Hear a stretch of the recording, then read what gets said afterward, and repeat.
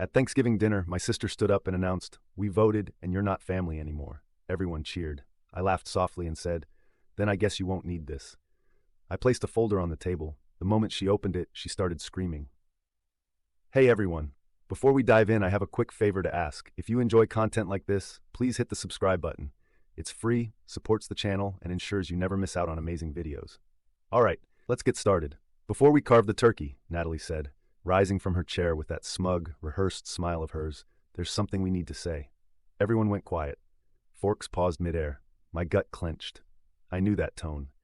It was the same one she used when she got me grounded at 14 for a party I didn't even go to.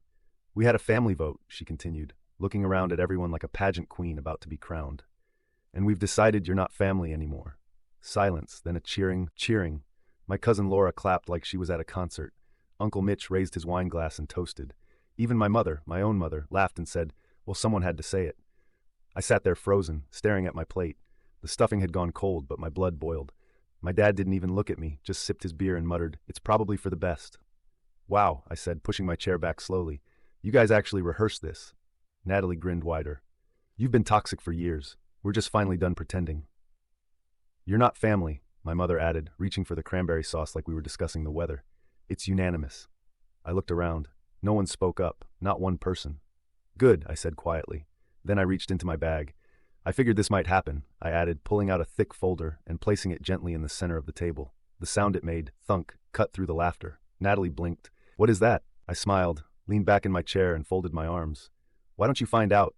She snatched it up and ripped it open, her mouth already twisted in that snide little smirk she always wore when she thought she was winning. Then she turned the first page and stopped smiling. Her face turned pale. Her eyes scanned the next page and the next. Then she screamed. I mean screamed, like blood-curdling horror movie kind of scream. Her chair crashed behind her as she bolted upright, slamming the folder shut like it had burned her hands. "You monster," she cried. "You messed up, twisted weirdo." Gasps echoed around the table. Joel, her husband, snatched the folder and opened it. Then his jaw dropped. He looked at me. "Is this?" I nodded once. "It's all real," I said. "Every word, every receipt, every screenshot." The table went dead silent. You could hear a fork clink in the kitchen. My mother's mouth opened, then closed again like a fish gasping for air. "You were so sure I wouldn't fight back," I said, standing up slowly. "So sure I'd stay the quiet one, the doormat, the cash cow. But guess what?"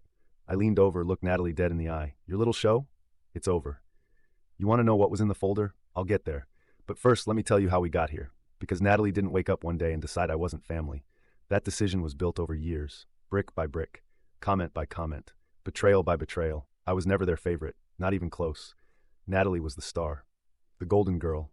Good grades, big smile, knew how to work a room. She could lie straight to someone's face and make them thank her for it. I, on the other hand, was quiet, private. I didn't need attention, and they hated that. They took my silence as weakness. I moved out at 19, paid for college myself, worked 2 jobs, never asked for help. Meanwhile, Natalie flunked out of 2 majors, went to Europe to find herself, then came home and married Joel. The human equivalent of a LinkedIn profile in a blazer. The wedding? I paid for half. My parents couldn't afford it, but somehow still managed a 2-week cruise right after. I didn't complain. I never did. Even when they joked that I was the family accountant, I kept helping. Paying for Dad's dental surgery, sending money when Mom said the heat bill was overdue, even covering part of my cousin Laura's tuition when she got waitlisted for a scholarship.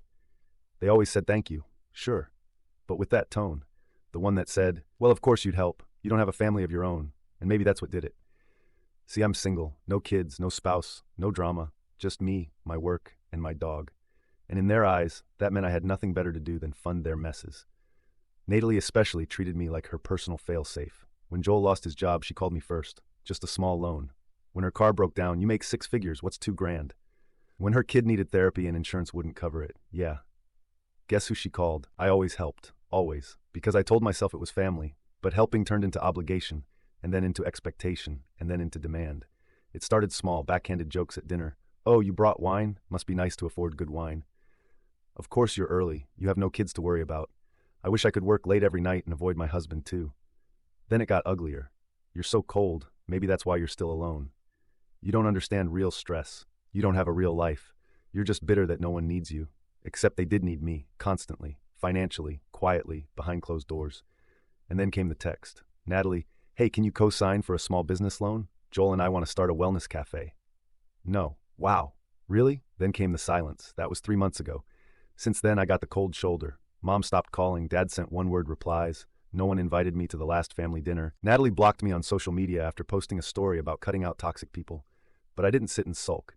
Instead, I started pulling receipts. Literal receipts. See, I keep records, bank transfers, emails, screenshots, dates. I'm not stupid. And over the past 5 years alone, I'd sent over $78,000 to various family members. $8,000 for Joel's rehab, $2,300 for Natalie's emergency dental work, which turned out to be elective veneers, $1,500 for my dad's back surgery, $12,000 for my mom's credit card debt, $6,000 for Laura's college move-in costs, $4,500 for a family emergency that turned out to be a trip to Cabo. And not once did any of them offer to pay me back. They just took, and when I stopped giving, they decided I was the problem. So I made the folder. Inside, every transfer confirmation, every email and text request for money. Screenshots of Natalie calling me manipulative to her friend because I said no to the loan. A timeline of every major payment I made in the last 5 years. And as a cherry on top, copies of Facebook and Instagram posts where they mocked me. I have screenshots of Natalie calling me a cash cow with no spine in a private comment thread she didn't know I had access to. So yeah, that's what she saw when she opened the folder. That's what made her scream. Because Natalie wasn't just exposed, she was dismantled. Fact by fact, line by line, page by page, all while the rest of the family realized what they had done. My mom looked ready to faint. Joel? He stared at the line that said, $4,200 to cover Natalie's credit card used at a hotel in Santa Monica with someone named Alyssa, and just said, "What is this?" I didn't answer. I didn't have to. Because for the first time ever, I wasn't defending myself. I was just showing them the truth. "You kept records?" my mom said finally, her voice shaking. "Of everything?" I turned to her, calm as ever. "You never remembered, so someone had to." Natalie was still standing, still pale, her fists clenched at her sides. Her eyes darted to Joel, to me, to the folder. "This is a violation," she spat. "You had no right to." "No right," I said, standing up slowly. "You just stood in front of this whole family and declared me not family. You all clapped, and now you're upset that I came prepared?" Joel flipped another page in the folder. "What's this about Santa Monica?" he asked, his voice tight. Natalie's head snapped toward him. "Don't start. Who's Alyssa?" he continued. "Why were you at a hotel for 3 nights on my credit card?" Her silence was louder than any answer. "Wait," my mom cut in, holding her hands up. "Can we all just calm down and be reasonable?" "Sure," I said. "Let's be reasonable. Let's talk about the time you called me a parasite while cashing the check I sent you." She blinked. "That's not fair. We were under stress." "No," I snapped. "You were under stress, and I bailed you out, every single time. And the one time I say no, suddenly I'm the enemy?" My dad, who had been dead silent until now, finally spoke up. "You're making this into something bigger than it is." I turned to him, and my voice dropped. "You let them do this to me for years. You knew, you saw it, you heard it, and you let it happen, because it was easier than standing up to them." He didn't deny it. Natalie slammed her hand on the table. "You're just bitter because no one needs you anymore." "Wrong," I said coldly. "I'm not bitter. I'm done." She let out a bitter laugh. "You're pathetic.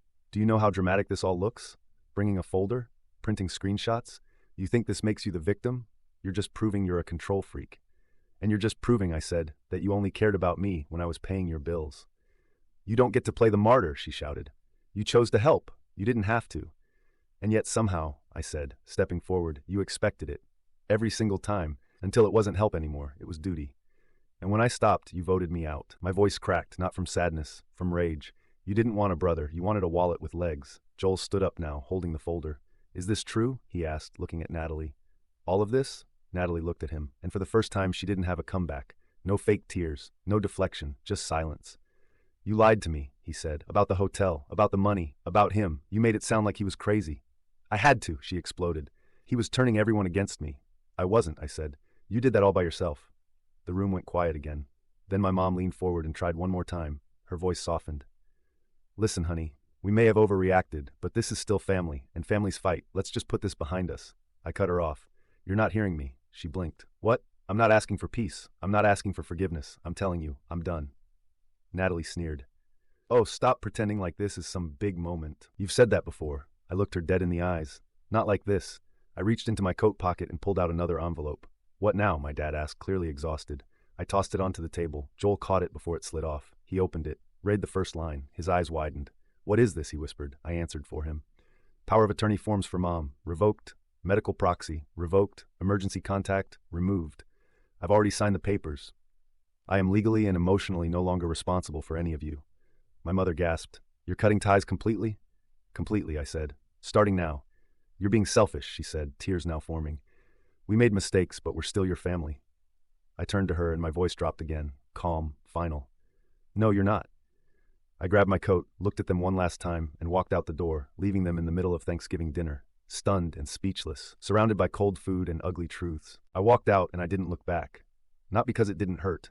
It did. But as I closed the door behind me, stepped off their porch and into the cold night air, I felt something inside me shift. For the first time in years, I could breathe.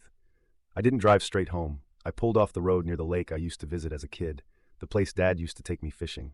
I sat there in silence, staring out at the still water, and felt something I hadn't felt in a long time. Nothing pulling at me, no guilt, no pressure, no one waiting on a check or a ride or a favor, just stillness.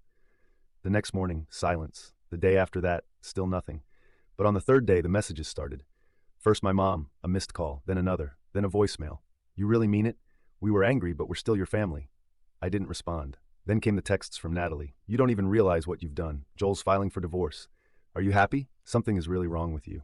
Then my dad. You went too far. We all said things we regret, but what you did was nuclear. Your mother is a wreck. Come fix this. I didn't reply to any of them. And honestly, I thought I'd feel guilty. I thought I'd toss and turn at night wondering if I went too far. But instead, I slept better than I had in years. There was no more second-guessing every text. No more waiting for the other shoe to drop. No more late-night Venmo requests, guilt trips disguised as emergencies. For the first time in a decade, I could hear myself think. I started waking up early, going for runs, brewing coffee slowly. I made appointments I'd put off for years, dentist, doctor, even a therapist.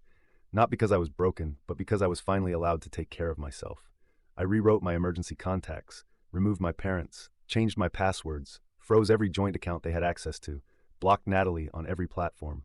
It wasn't about revenge anymore. It was about closure. A week after Thanksgiving, I got a text from Laura, my cousin who clapped when they voted me out.